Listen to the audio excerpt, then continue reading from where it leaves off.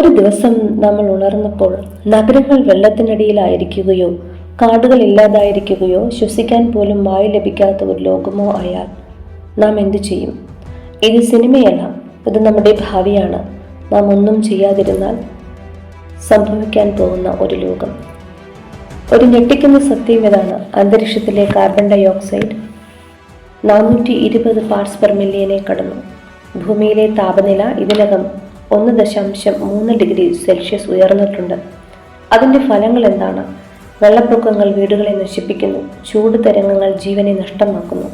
മനുഷ്യർ വെള്ളത്തിനും ഭക്ഷണത്തിനും വേണ്ടി പോരാടുന്നു.